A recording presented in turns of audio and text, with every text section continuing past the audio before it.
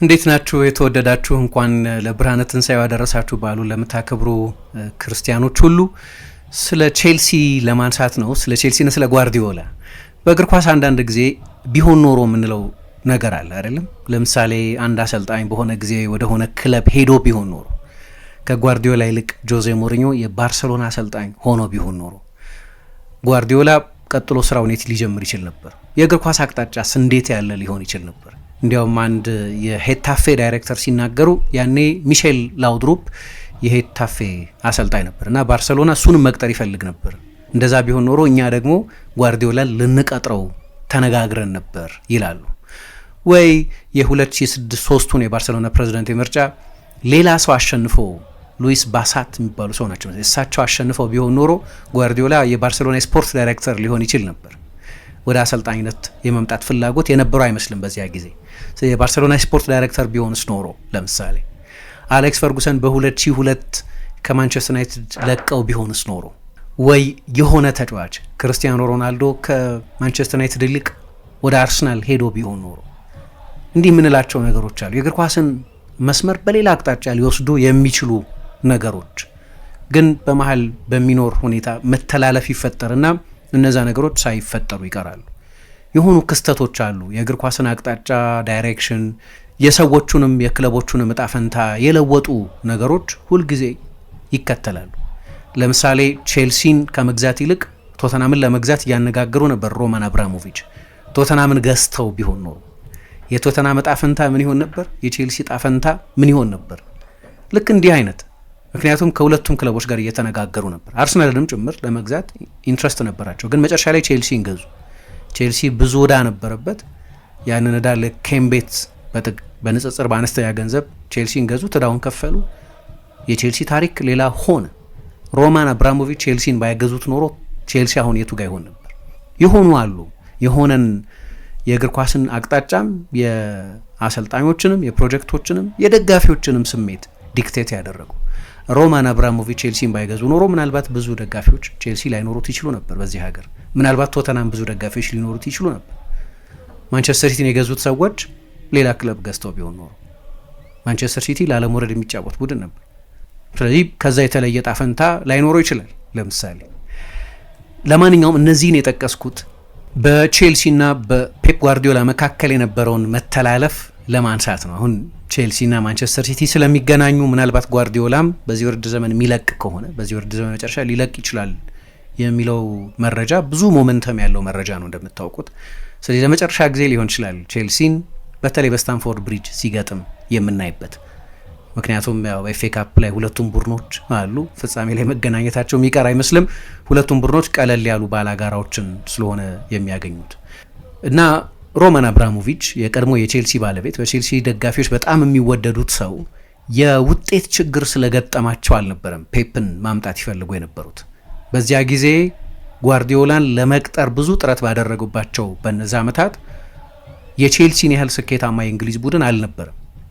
ከ2003 ጀምሮ ነው የቼልሲ ባለቤት የሆኑት እና ያኔ የአርሰናል ምክትል ሊቀመንበር የነበሩት ዴቪድ ዲን በ2003 በኛ ክረምት ምናሉ የአርሰናሎቹን ስታሮች ቲየሪ ኦንሪን እና ፓትሪክ ቪየራን በ50 ሚሊዮን ፓውንድ ለመግዛት ጥረት ማድረግ ጀምሮ ነበር ቼልሲ። በዛ ጊዜ በርካታ ተጫዋቾችን ነበር ያስፈረመው። የትኛውም ተጫዋች ከቼልሲ የፋይናንስ አቅም በላይ አልነበረም እና ማን ነው አሁን በእኛ ስቴዲየም ፊት ለፊት ሆኖ ከስታንፎርድ ብሪጅ የ50 ፓውንድ ኖቶችን እየተኮሰ ያለው አዲስ መጤ ሚል አስተያየት ሰጡ። ምልክት ነበር ቼልሲ ዶሚኔት እንደሚያደርግ። ሰውየው ባለጠጋ ናቸው። እንዲያውም እንደዚህ አይነት ኦሊጋርክን በተለይ የውጭ ሀገርን ሰው የእንግሊዝ እግር ኳስ አይቶ አያውቅም። ወርልድ ክላስ ተጫዋቾች፣ ትልልቅ አሰልጣኞች ወደ ቼልሲ መጉረፍ ጀመሩ እና ውጤት ለማግኘትም ረጅም ጊዜ መጠበቅ አላስፈልግም። ከአንድ ዓመት በኋላ ነው ቼልሲ 95 ነጥብ የሰበሰበ ቡድንን የገነባው። ከ55 ዓመት በኋላም የሊግ ሻምፒዮን የነበረው። ብዙ ፕሪሚየር ሊጎች፣ ብዙ የሀገር ውስጥ የጥሎ ማለፍ ውድድሮች፣ ሁለቱንም የካፕ ውድድሮች ኤፍ ኤ ካፕንም ሊግ ካፕንም፣ በኋላ ደግሞ ከጥበቃ በኋላ ቻምፒየንስ ሊግንም አሸንፏል። ስለዚህ ሮማን ፔፕን የፈለጉት ለዋንጫዎች አልነበረም፣ ግን ሁልጊዜም አንድ ኦብሴሽን ነበራቸው። በትክክል ያ ጨዋታ ይሁን ይጥራቸው ወደ እግር ኳስ ማወቅ ባይቻልም ግን ፒኒ ዛሃቪ የሚባሉት የእሳቸው የቅርብ ጓደኛ የሆኑት እስራኤላዊ ኤጀንት እንደሚናገሩት ሮማን አብራሞቪችን ወደ እግር ኳስ የሳባቸው አንድ ውብ የእግር ኳስ ጨዋታ ነው። በ2003 በኦልትራፎርድ በማንቸስተር ዩናይትድ እና በሪያል ማድሪድ መካከል የተደረገ የቻምፒየንስ ሊግ የሩብ ፍጻሜ መልስ ጨዋታ። ያ ጨዋታ 4-3 ያለቀ ጨዋታ ነው። ሮናልዶ ፌኖሜኖ ሮናልዶ ሉዊስ ናዛሪዮ ደ ሊማ ሃትሪክ የሰራበት ጨዋታ፣ 7 ጎሎች የተቆጠሩበት የላቀው የእግር ኳስ ውበት ምን እንደሆነ ካሳዩ ጨዋታዎች መካከል አንዱ ተደርጎ በታሪክ የሚጠቀስ ጨዋታ ነው እና ሮማን የእሳቸው ቡድን በጣም ውጤታማ ቢሆንም እና ሁልጊዜ በዛ ደስተኛ የነበሩም ቢሆን ግን የሆነ የሚጎድል ነገር አለ የሚል ስሜት ነበራቸው። የሆነ ነገር ውብ እግር ኳስ፣ ከፍ ያለ ኤክሳይትመንት የሚፈጥር እግር ኳስ ይጎድለኛል የሚል ግምት ነበራቸው፣ ወይም አስተሳሰብ ወይም እምነት ነበራቸው። ስለዚህ በጆዜ ሞሪኞ ስር፣ በካርሎ አንቼሎቲ ስር፣ በአንቶኒዮ ኮንቴ ስር ልክ እንደነዚህ ብዙ ጊዜ ባይቆዩም ግን በሮቤርቶ ዲ ማቴዮ፣ በራፋኤል ቤኒቴዝ፣ በማውሪሲዮ ሳሪ፣ በቶማስ ቱኸል ስር ብዙ ዋንጫዎች ያሸነፉ ቢሆንም ግን ሁልጊዜ ይባል ነበር፣ ያኔ የምንሰማ ነበር፣ ቡድናቸው እንደ ባርሰሎና እንዲጫወትላቸው ይፈልጉ ነበር። በተለይ ደግሞ እንደ ጓርዲዮላ ባርሰሎና። ያኔ እንዲያውም በሮናልዲኞም ዘመን እንደዛ ይባል ነበር። ሮናልዲኞንም እኮ ማምጣት ይፈልጉ ነበር ይባል ነበር። በራይካርድ ዘመን የነበረው ባርሰሎና ከጓርዲዮላ ባርሰሎና ይለያል። የራይካርድ ባርሰሎና የበለጠ ኢንዲቪጁዋሊስት ነው፣ የጓርዲዮላ የበለጠ ኮሌክቲቭ ነው። ግን ሁለቱም በራሳቸው መንገድ ውብ እግር ኳስ የሚጫወቱ ናቸው እና ይህንን ጥቂት ወደ ብሪጅ ማምጣት ይፈልጉ ነበር። ጓርዲዮላ ደግሞ በዛ ጊዜ ዓለምን ሁሉ ያስደነቀ ቡድን ነበር በባርሰሎና የሰራው። በ4 ዓመት 14 ዋንጫ አሸንፏል። ስኬቱ አንድ ነገር ነው፣ ለሮማን አብራሞቪች በጣም ወሳኝ ነገር ነው። ግን ደግሞ ስታይሉ ለየት ያለ ነው። አሁን ድረስ ሰዎች ያንን ባርሰሎናን ከምንጊዜ ምርጥ የክለብ የእግር ኳስ ቡድኖች መካከል አንዱ አድርገው ይቆጥሩታል። ያ የላቀው የኤሊት የእግር ኳስ ደረጃን የሰራውን ሰው ፔፕ ጓርዲዮላን ወደ ብሪጅ የማምጣት ፍላጎት ነበራቸው። የነ ሊዮኔል ሜሲን፣ የነ አንድሬስ ኢኒየስታን፣ የነ ቻቪን፣ የነ ኤቶን ያንን ቡድን የገነባውን ሰው መቅጠር ይፈልጉ ነበር እና ብዙ ጥረቶች አድርገዋል። ብዙ ጊዜ ይተረካል። ያንን ስዋሽ ባክሊንግ የሚሉት እንግሊዞቹ ያንን ውብ እግር ኳስ መገንባት ይፈልጉ ነበር። ያንን ኤክሳይትመንት ማግኘት ይፈልጉ ነበር። ለዚህ ነው ሁልጊዜም ጓርዲዮላን ለመቅጠር ጥረት ሲያደርጉ የቆዩት። አንቸሎቲን አሰናብተዋል፣ አንድሬስ ቬላስ ቦዋስን አሰናብተዋል፣ ሮቤርቶ ዲ ማቴዮን አሰናብተዋል። በዋነኝነት በውጤት ምክንያት ነው ያሰናበቱት። ውጤት ዋና ነገር ነው። ግን አንድ ለቼልሲ ቅርብ የሆነ ሰው ዶሚኒክ ፋይፊልድ የሚባል ጸሐፊ በጻፈው አርቲክል ላይ ሲናገሩ የሮማን ለጓርዲዮላ የነበረ አድናቆት ለእኛ የተሸሸገ አልነበረም ይላሉ። ለቼልሲ ዳይሬክተሮች የተሸሸገ አልነበረም። በአጭር ጊዜ ነው ከዓለም ምርጥ አሰልጣኞች መካከል አንዱ እንደሆነ ያሳየው። ከሁሉም የአውሮፓ ክለቦችም የተለየ ፉትቦል የተጫወተው እና ያንን ስታይል ነው የፈለጉት ሰውየው። ያንን እግር ኳስ በብሪጅ የማየት ምኞት ነበራቸው። ለረጅም ጊዜ የተደረገ ጥረት ነበር። አንዳንዶች ሮማን አብራሞቪች እና ጓርዲዮላ በአካል ተገናኝተው ተነጋግረዋል ይላሉ። ጓርዲዮላ ራሱ አስተባብሏል። ግን የእንግሊዝ ብዙሃን መገናኛዎች የጓርዲዮላን ማስተባበያ አያምኑበትም። ተገናኝተዋል ብሎ ነው የሚያምኑት። እንዲያውም በተገናኙ ጊዜ ይላሉ አንዳንድ ምንጮች ከማሰልጠን ችሎታው ባሻገር በኢንተሊጀንሱ፣ በግርማ ሞገሱና በትህትናው ተደንቀው ነበር ይላሉ። ለመጀመሪያ ጊዜ ፔፕን ወደ ስታንፎርድ ብሪጅ ለማምጣት ሞክረው የነበሩት በ2010 ነው። አንቸሎቲ መጥፎ ጊዜ ገጠማቸው። በ2009-10 ሻምፒዮን ሆኖ በ2010-11 የውድድር ዘመን ግን ቡድናቸው በውድድር ዘመኑ መሀል መቸገር ጀመረ እና ያኔ ደግሞ በአንድ ዓመት 6 ዋንጫ የወሰደ በአንድ ሲዝን ትሬብል የሰራ ቡድን ገንብቶ ስለነበር ወዲያው መጀመሪያ ናቸውን የጣሉት ጓርዲዮላን መቅጠር ላይ ነበር። ግን እሱም ብቻ አልነበረም ለመቅጠር የፈለጉት። በማንቸስተር ሲቲም በባርሰሎናም በስኬት አብረውት የሰሩትን የስፖርት ዳይሬክተር ቺኪ ቤጌሪስታይንን የማምጣት ፍላጎት ነበራቸው። ፍራንክ አርኔሰን የሚባል ዴንማርክ የስፖርት ዳይሬክተር ነበራቸው። በሱ ፈንታ ቺኪ ቤጌሪስታይንን የማምጣት ፍላጎት ነበር። ስለዚህ አሰልጣኙን ብቻ ሳይሆን በመጠኑ ያንን የባርሰሎናን ስትራክቸር ልክ ማንቸስተር ሲቲ እንዳደረገው የመቅጠር ፍላጎት ነበራቸው። ግን ከቤጌሪስታይን ጋር የተደረገው ውይይት ሳይሳካ ቀረና ሰውየውም በዛው በባርሰሎና ቆዩ። ፔፕም በባርሰሎና ቆየ። በነገራችን ላይ ብዙ ጊዜ ክራይፍ ነው እንላለን ለላፖርታ ከሞሪኞ ይልቅ ጓርዲዮላን ቀጠረው ብሎ ያላቸው እና ከሞላ ጎደል በሱ አምናለሁ። ብዙ ታሪካዊ ሰነዶችን ስታዩ እሱ እንደሆነ ግልጽ ስለሆነ፣ ግን ቴክኒካል ሂደቱን ግን ያደረጉት ወይም በቴክኒካዊ አነጋገር ጓርዲዮላን የቀጠሩት ቺኪ ቤገርስቲን ናቸው። ስለዚህ እሳቸው እዛው ባርሴሎና ውስጥ ለመቆየት ወሰኑ። ፔፕም ከባርሴሎና ጋር ያለውን ቦንድ በቀላሉ የሚሰብር አልነበርም። የባርሴሎና ኳስ አቀባይ ለ17 ዓመት ከክለቡ አካዳሚ ጀምሮ የባርሴሎና ተጫዋች የነበረ ሰው ስለሆነ እና ቼልሲ አሰልጣኝ በቀየረ ቁጥር ግን ሁልጊዜም የጓርዲዮላን አቬይላቢሊቲ ሊያገኙት ይችሉት እንደሆን ያላጣሩበት ጊዜ የለም ይባላል። በነዛ ዓመታት በኋላ የውድድር ዘመኑ መጨረሻ ላይ ምናልባት አንፌር በሆነ ሁኔታ በኋላም አብራሞቪች ብዙ የሚጸጸቱበትን ውሳኔ ወሰኑ። አንቼሎቲን ለማሰናበት ወሰኑ። ማሰናበታቸው ብቻ ሳይሆን ያሰናበቱበት መንገድ ያማረ አልነበረም። ሰውየውን እዛው የመጨረሻው ጨዋታ ላይ ከኤቨርተን ጋር ከተጫወቱ በኋላ ስቴዲየም ውስጥ እያሉ ነው በጉዲሰን ፓርክ በቀድሞ የኤቨርተን ስቴዲየም ተባረሃል ተብሎ የተነገራቸው እና በጊዜው በጣም ተከፍተው ነበር ይባላል። ከሳቸው ስንብት በኋላም ያኔ እንደገና ሌላ ቻምፒየንስ ሊግ ያሸነፈበት ሌላ ላሊጋ ሶስተኛ ተከታታይ የውድድር ዘመን ላሊጋ ያሸነፈበት የውድድር ዘመን ነበር ጓርዲዮላ እና ጓርዲዮላን በድጋሚ ለመቅጠር ጥረት አድርገው ነበር። ማንቸስተር ዩናይትድን በዊምብሌ ካሸነፈ በኋላም በኢንተርሎኬተርስ በኩል በመሀል ባሉ ኢንተርሚዲየሪዎች ልበል ለማነጋገር ሞክረው ነበር። ግን ፔፕ ከዛ ድል በኋላ የመልቀቅ ፍላጎት አልነበረውም። ደግሞ ከጆዜ ሞሪኞ ሪያል ማድሪድ ጋር ትንቅንቅ ውስጥ ነበር።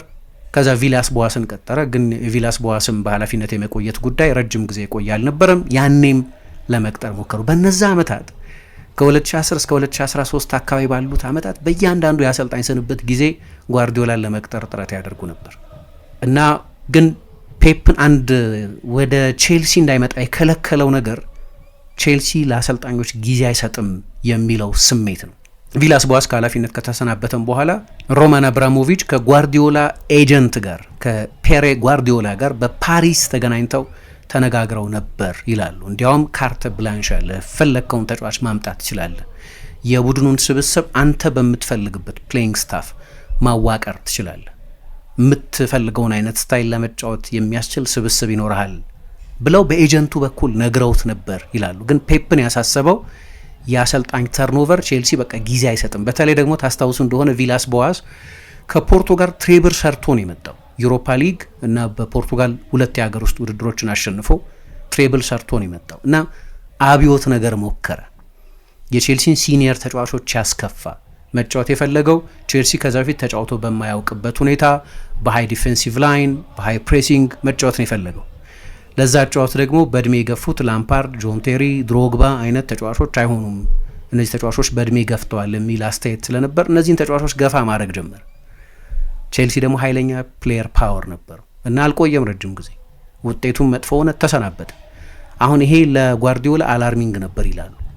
አዲስ ነገር ሊሞክር የመጣ ሰው ጊዜ እና ኢንቨስትመንት ድጋፍ ያስፈልገዋል። ቼልሲ ይህንን አላደረገም። አሰልጣኞች ቶሎ ቶሎ ይቀያይር ነበር። ለነገሩ በመጀመሪያዎቹ 18 ዓመታት 15 አሰልጣኞች ነው የተቀያየሩት በሮማን አብራሞቪች የአሰልጣኝነት ዘመን። በኋላ እንዲያውም ወደ ቼልሲ የመምጣትን ጉዳይ ከልብ አጢኖት ስለነበር አንቼሎቲን ምክር ጠይቋቸው ነበር ይላሉ። ካርሎ አንቼሎቲ ወደ ፓሪስ ሳን ጀርማ ሄደው ነበር ከዚያ በኋላ እና ቼልሲን ማሰልጠን ምን ይመስላል፣ የቼልሲ ሰዎች ትዕግስትስ ብሎ ጠይቋቸው ነበር ይላሉ። መጨረሻ ላይ 2012 ላይ ከባርሰሎና ከለቀቀ በኋላ ሊመጣ የሚችልበት እድል ነበር። ከባርሰሎና ለመልቀቅ ወስኗል። ግን ምን አለ፣ እኔ አሁን እረፍት ነው የምፈልገው፣ የአንድ ዓመት ሳባቲካል ነው የምፈልገዋል። መቼስ ይቅረብም ጊዜው ይራቅም ማሰልጠን አይቀርም፣ ነገር ግን አሁን ሌሎች ነገሮች ማድረግ ፈልጋለሁ፣ የቀረኝ ኤነርጂ የለም፣ ባትሪዬን እንደገና መሙላት ፈልጋለሁ አለና ለአንድ ዓመት በኒውዮርክ አሳለፈ።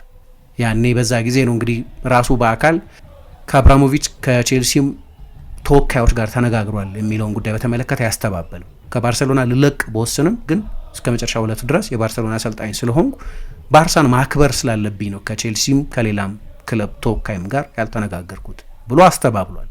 ግን ብዙዎቹ መረጃዎች የሚሉት አይ ተገናኝቷል፣ ለማስተባበል ያለው ነው የሚሉት።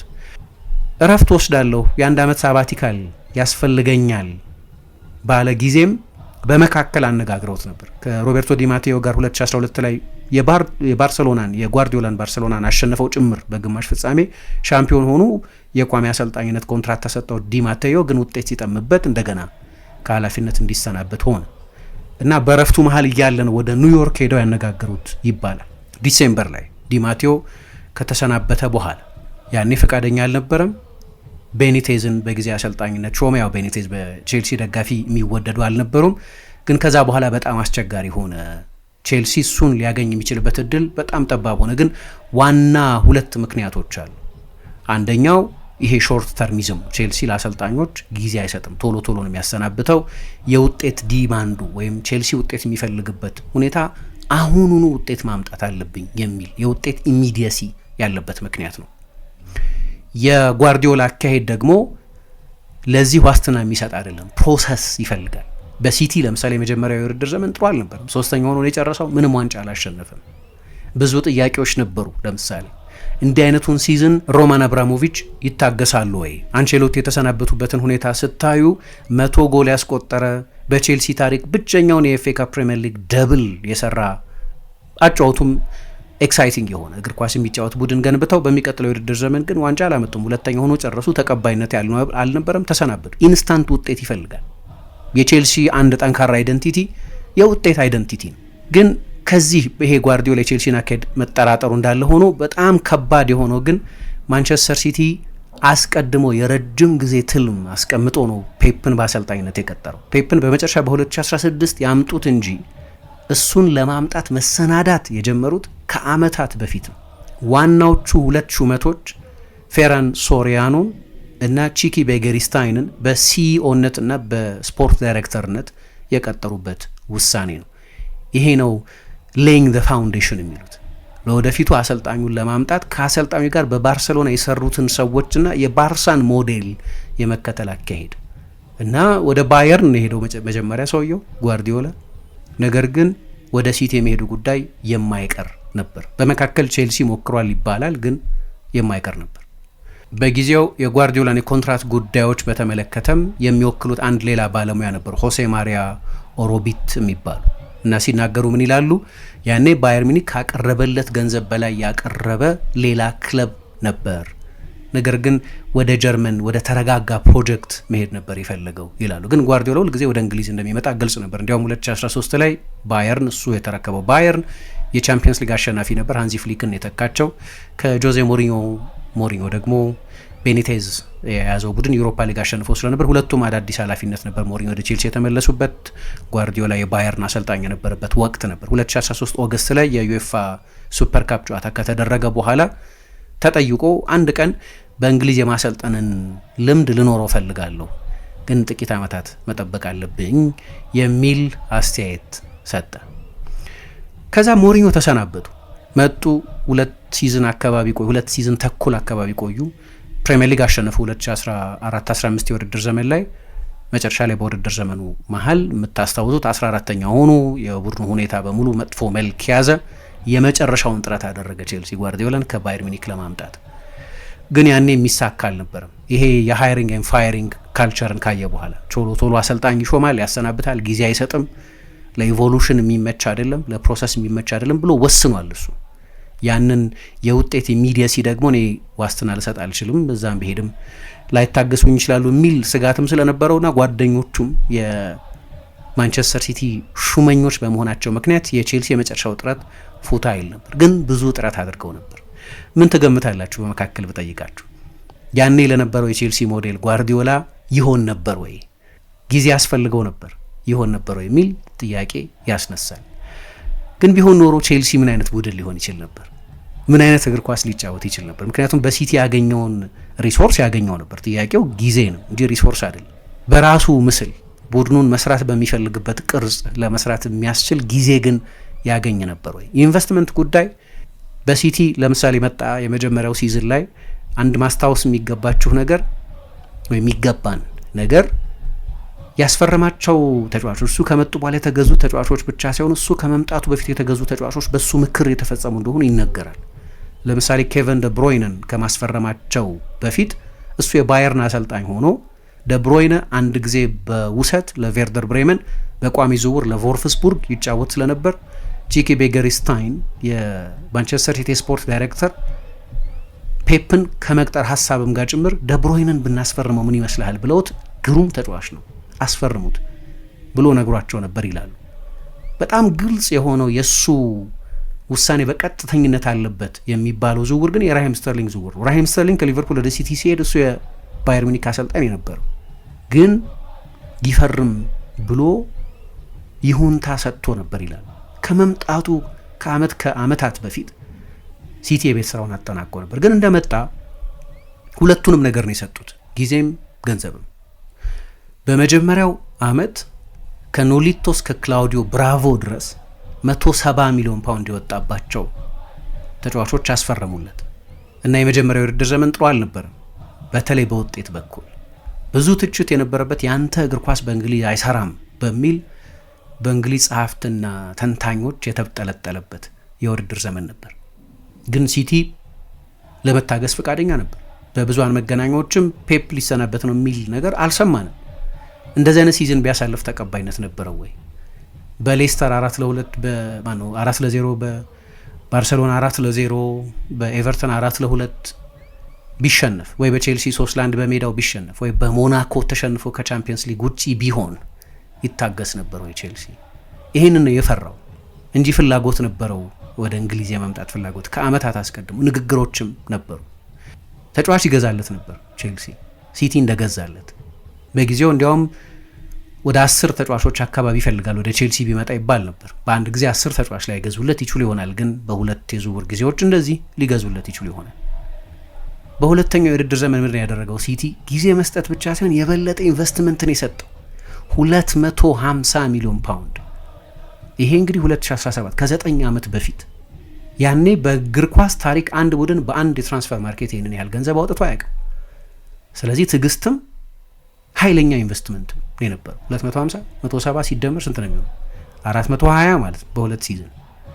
አዲስ ግብ ጠባቂ፣ መጀመሪያ የመጣው ግብ ጠባቂ አልሰራም፣ ክላውዲዮ ብራቮ፣ ሌላ ግብ ጠባቂ ኤደርሰን፣ አዳዲስ 3 ፉልባኮች ካይል ዎከርን ጨምሮ፣ አዲስ የመሃል ተከላካይ በውድድር ዘመኑ መሃል ደግሞ አሜሪክ ላፖርትን፣ ቤርናርዶ ሲልቫን፣ እንዲህ አይነት ተጫዋቾች አመጡ። ኢንቨስትመንት ብቻ ሳይሆን ጊዜም ሰጡት እንጂ የመጀመሪያው ዓመት ላይ ዋንጫ አልወሰደም። የኤፍኤ ካፕ ሴሚፋይናል ደርሷል፣ ግን በአርሰናል ተሸነፈ። በፕሪሚየር ሊግ ለቻምፒየንስ ሊግ ቦታ ነበር የተጫወተው፣ በሞናኮ ነው የተሸነፈው። በቻምፒየንስ ሊግ 5-5 በድምር ውጤት የተጠናቀቀው ጨዋታ ማለት ነው። አንድ የቼልሲ የቅርብ ሰው ነኝ የሚሉ ሰው ምን ይላሉ? ያ ሁሉም ነገር መላምታዊ ነው፣ ግን ጓርዲዮላም ቢሆን ከፕራግማቲክ ቼንጅ ውጪ ሊሆን አይችልም ነበር ይላሉ። ቼልሲ ማሸነፍ አለበት፣ ካላሸነፍክ ትወጣለህ እና ቼልሲ ለውጦች ለማድረግ ፍርሃት አልነበረበትም። ቤገሪስታይንና ሶሪያኖ ግን የረጅም ጊዜ ፕሮጀክትን ለመታገዝ ፈቃደኞች ነበሩ። ስለዚህ ፔፕ እዛ የስራ ደህንነት ዋስትና ነበረው። ጓርዲዮላ ምን አለ ራሱ በመጠኑ የቼልሲን ሁኔታ በተመለከተ ምን አይነት አስተያየት እንዳለው ሲናገር፣ ሳሪ እንደምታውቁት ወደ ቼልሲ መጡ፣ አዲስ የጨዋታ አብዮት ይዘው መጡ። ከናፖሊ ነበር ወደ ቼልሲ የመጡት። ጓርዲዮላን ባያገኝም ግን ጓርዲዮላ ባህሪ ያላቸው አሰልጣኝ መቅጠር ፍላጎት ስለነበር ነው። ግን ፌብሩዋሪ 2019 ከካራባኦ ካፕ የፍጻሜ ጨዋታ በፊት ስለ ሳሪና ስለ ቼልሲ ተጠይቆ እኔ በሲቲ በመጀመሪያው የውድድር ዘመን ዋንጫ ሳላሸነፍ የውድድር ዘመኑን አጠናቅቄ በነበረበት ጊዜ ክለቡ አልተጠራጠረኝም። በብዙሃን መገናኛዎችም አንድም ጊዜ ቀጥሎ ያለውን ጨዋታ ከተሸነፈ ሊሰናበት ይችላል የሚል ዘገባ አልወጣም። ኮንቴ በቼልሲ ዋንጫ ወሰደ።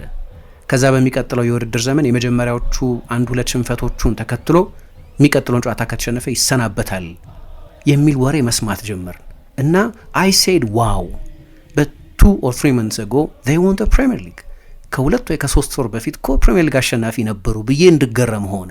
ባየር ሚኒክን ከተቀላቀልኩ ከ2013 በኋላ ፌራን እና ቺኪ ስላመኑኝ እኔም ስለማምናቸው ነው ወደዚህ ክለብ የመጣሁት። ከመጀመሪያው የውድድር ዘመን በኋላ አስቸጋሪ ከነበረው አመት በኋላ ጊዜ እንደሚያስፈልገን ግልጽ ነበር። ይሄንን አልኩ፣ እነሱም ደገፉኝ የሚል አስተያየት ሰጠ። ቼልሲ ይሄንን ጊዜ አይሰጠኝም የሚል ግምት እንደነበር ያሳያል። የቼልሲ ፍልስፍና ሌላ ነው። በሌላ ፍልስፍና ግን በጣም ስኬታማ ነበር። እንግዲህ አንድ መንገድ አንድ ስልት ብቻ የለም። ምናልባት ጓርዲዮላ በዛ የቼልሲ ፍልስፍና ላይሳካለት ይችል ይሆናል፣ ግን ቼልሲ የሰራ ፍልስፍና ነበረው። ቢያንስ በውጤት ቼልሲ ኢንስቴቢሊቲ አልነበረም ብሎ ነው የሚያስበው፣ ወይም አለመረጋጋት አልነበረም ብሎ ነው የሚያስበው። አሰልጣኝ በስራው ላይ አይቆይም እንጂ ጠንካራ ስትራክቸር ነበረ። ከኋላ ትልልቅ ዳይሬክተሮች አሏቸው። ቅድም ያነሳዋቸው ፍራንክ አርኔሰን ወይ ብሩስ ባክ ወይ ማሪና ግራኖቭስካያ ጠንካራ ሰስቴነብል የሆነ ስትራክቸር እና ቦርድሩም አለ። ስለዚህ አሰልጣኝ ለውጥ ቢከሰት የቡድኑ ውጤት ችግር አልነበረበትም። በ18 ዓመት 15 አሰልጣኝ ቀይረው በመጀመሪያዎቹ 18 ዓመታት ግን የእንግሊዝ በጣም ስኬታማው ቡድን ነበር። አሁን ይሄው መንገድ ለጓርዲዮላ ላይሆን ይችል ነበር ነው ነጥቡ። ሊሆንም ይችል ነበር፣ ማን ያውቃል። ለዚህ ነው ቢሆን ኖሮ የምንለው። ግን አንዳንዶቹ አሰልጣኞች የቼልሲን ኃላፊነት ከተረከቡ በኋላ የአፕሮች ለውጥ አድርገዋል። ለምሳሌ የቱኸልን ቼልሲን ካያችሁት በጣም ጥሩ ቡድን የሰሩት አይደለም፣ ቶሎ ሊያውም በውድድር ዘመኑ መሀል መጥተው። ግን ምን አይነት ቡድን የገነቡት? ቱኸል በጀርመን የነበራቸውን ወደ ፈረንሳይ ከሄዱም በኋላ በፓሪስ የሰሩትን ቡድን ካያችሁት ቼልሲ ውስጥ ከሰሩት ቡድን በጣም የተለየ ነው። የእሳቸው ቦሩሲያ ዶርትሙንድ የፖሴሽን ዶሚናንት ቡድን፣ በጣም ነፃ የማጥቃት ቡድን ምናምን ነበር የገነቡት። ወደ ቼልሲ መጡና የበለጠ በጥንቃቄ የሚጫወት የባክስሪ የሁለት ዊንግ ባኮች ቡድን አድርገውት ነው ቻምፒየንስ ሊግ የወሰዱት። ምክንያቱም ቼልሲ በቶሎ ውጤት የሚጠይቅ ቡድን እንደሆነ ስለሚያውቁ ለአጭር ጊዜ ስኬት የሚሆን ቡድን ነው የገነቡት። ስለዚህ አንዳንዶቹ አሰልጣኞች ማይንድ ሴትም ቼልሲ እንደ ኢንስቲትዩሽን አይምሬ አሸናፊ ቡድን መሆኑን ከግምት በማስገባት ለዛ የሚሆን የጨዋታ አቀራረብ የነበራቸው አሰልጣኞች ነበሩ። ግን እንደው ቢሆን ኖሮ ብለን አንዳንድ ጊዜ ብናነሳ በሚል ነው። ተላልፈዋል መሀል ላይ። ግን የቼልሲ አሰልጣኝ ቢሆን ኖሮ የአሰልጣኙም የእግር ኳስ ታሪክ የቼልሲም ታሪክ ምናልባት ሌላ መልክ በጥሩም ግን ጥሩ ባልሆነ መንገድም ሊይዙ ወይም ሊላበሱ ይችሉ ነበር።